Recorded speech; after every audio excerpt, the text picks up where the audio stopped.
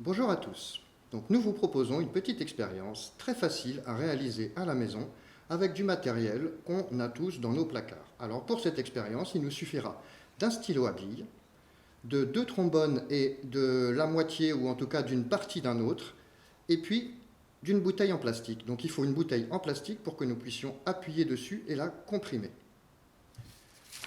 Alors, avec le stylo bille, nous allons enlever le bouchon qui ne nous intéresse pas et la mine,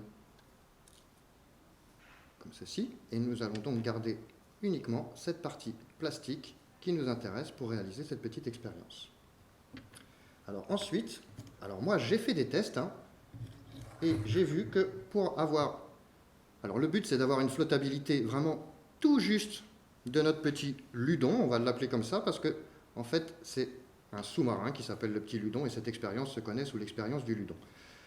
Alors du coup, il me faut 2 trombones et une partie d'un trombone que j'ai testé, et il fallait donc pas plus lourd que ça pour avoir une flottabilité tout juste. Alors, pour prendre une partie d'un trombone, c'est très facile de casser le métal.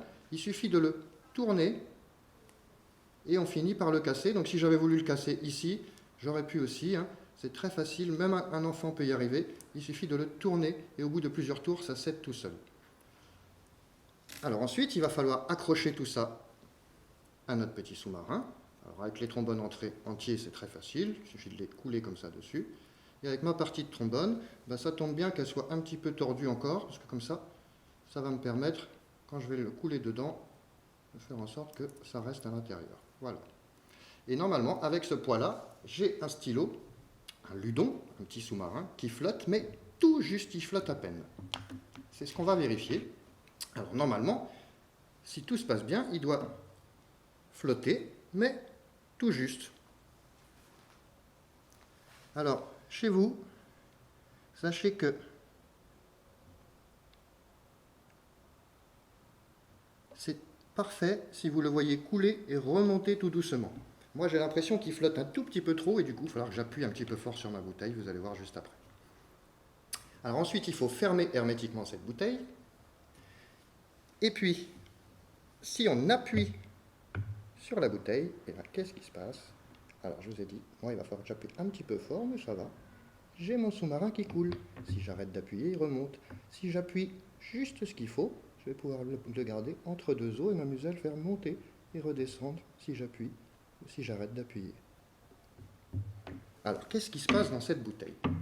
Dans cette bouteille, alors pour que vous arriviez facilement à faire l'expérience, il faut avoir suffisamment d'eau pour que le stylo soit entièrement dans la bouteille. Vous la remplissez aux 2/3, aux 3/4 et avoir un petit peu d'air en haut. Dans ma bouteille, j'ai donc de l'eau et de l'air. L'air est compressible, mais l'eau, non. Et donc, quand j'appuie sur ma bouteille, je comprime l'air. Et donc, cet air vient appuyer sur mon sous-marin. Et donc, il ne flotte plus.